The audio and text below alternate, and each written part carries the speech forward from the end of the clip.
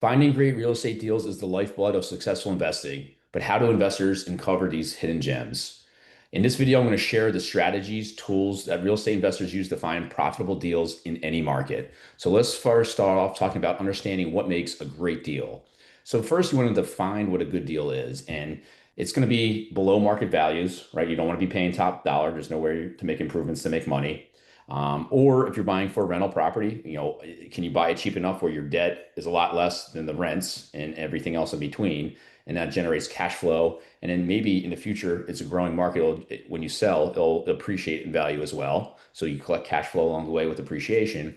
And then you got to find these motivated sellers who are willing to negotiate for these deals. And you also want to set your criteria. You want to identify target properties. Do you want to buy single family? Is it single family detached? Is it row home or townhome? Or do you want to go right into multifamily for cash flow opportunities? Or do you want to bypass residential and go into commercial? Identifying your target property is key first. And then you want to clarify, what's your desired, what is your budget and desired return on investment for these properties from a marketing perspective and what you can buy them for to get the ROI that you want. Now, some traditional methods for finding deals are the easy ones, multiple listing service, aka MLS listings. The advantages are there's a wide range of properties accessible through real estate agents. And the disadvantages are this is like highly competitive. Everyone sees it. It's already on market. And typically these are priced at market value. Half the homes are just probably nicely updated, don't need repairs or renovations. So they're not ideal for an investor unless it's a potential turnkey investment that you're buying for a rental. What most investors find success in is a property that is dated, needs some improvements, and there's an upside after renovations to buy, renovate, resell it, or buy, renovate, refinance, and then rent it out and keep it as a cash flowing property. Another way to do it when it's not on the MLS is network with real estate agents and brokers. You want to build relationships with these people because the deals will come to them, and some of them might specialize in investment properties. And before they might put in the market on the property that needs a lot of repair or an estate sale or someone looking for a quick sale, they might actually know on who to go to for the deals before they hit the market and everyone's aware of it. So kind of like getting an off-market deal before it hits the market is ideal, building relationships with your local agents and brokers in the market. Another way to do it is just old school direct mail campaigns. You're going to send letters or postcards to homeowners, targeting specific neighborhoods, offering to buy their property.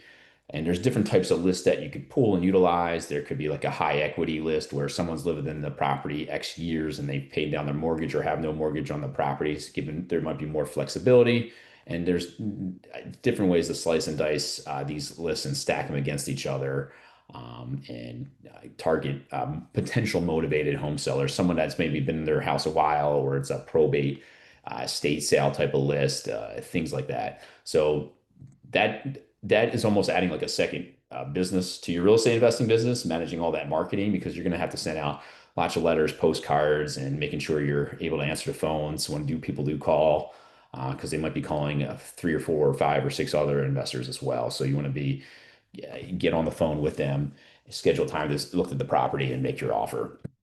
And then just general networking, going to local real estate meetup groups or RIAs, which are real estate investment associations throughout the country. Attend these meetups, meet people. They could be investors or lenders. They could be other agents, other investors, wholesalers. So it's good to build that network in any business that you're in. Next, let's talk about creative strategies for finding deals. I gave you some of the traditional ways last time. This time we're going to talk about, other ways, depending if you have money or not. Some of them might be just as simple as, when I started out, I drove for dollars, right? I drove through a certain neighborhood looking for distressed or vacant properties and then contacted the owners directly. You can knock on a door or just look up their information online and send a letter to them. Are there any on Zillow you could search for? And I got videos on this on, for sale by owners. You check other websites like Craigslist, Zillow, others where people are selling directly by owners. They don't want to go through an agent, and there could be a lot less competition on there because it's not on the MLS. Another thing that you could utilize and probably turn into more direct mail campaigns are going through public records. So you're going to look for properties in foreclosure, tax delinquencies, probates. These are often motivated sellers looking to, they're going to either lose their home through like a tax delinquency or foreclosure process or probate, where they might have inherited a property that they're the grandchildren or children and they don't want to keep the property. So, identifying those lists and then mailing to them could be another way to generate deal flow. And then lastly, partnering with wholesalers, right? If you work with some wholesalers in certain markets, you could get added to their list, and then they'll send you these potential undervalued properties and assign you that contract, and then you could buy it and do the normal close and pick up a deal that way. Next, what are some digital tools and platforms that you could utilize to find deals out there? There's plenty of online marketplaces such as like auction platforms such as auction.com out there where you could buy REO properties, foreclosure properties. You don't have to get to the county courthouse and find these kind of like deals. You could go directly online and hit bid, submit, and again, I got plenty of videos on how to like operate auction.com and other auction houses on the channel, so feel free to check them out. Some people post on social media and other online ads, like local real estate Facebook groups. Someone might post, a house for sale. There might be a for sale by owner, or it might be an agent saying a coming soon type of property just to generate some interest.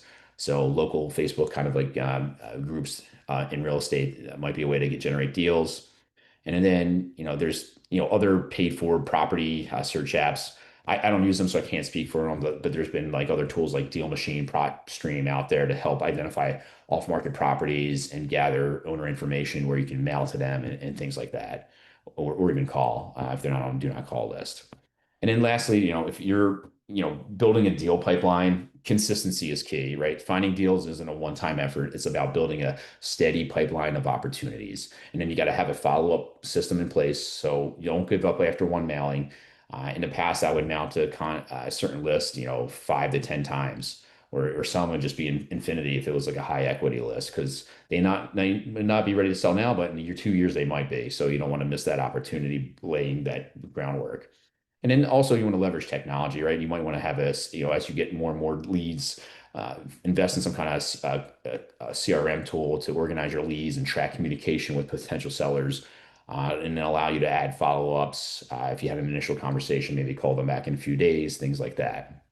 And some tips for success you want to first understand your market. So I would just like know what the values are in the market first, so you can make those quick decisions when a deal comes on your in front of you, and you're able to review it quickly. So understand the local trends, property values, what it takes to buy and renovate in a certain neighborhood. That way, that you got to be all in at this number, and you can make those quick decisions with people.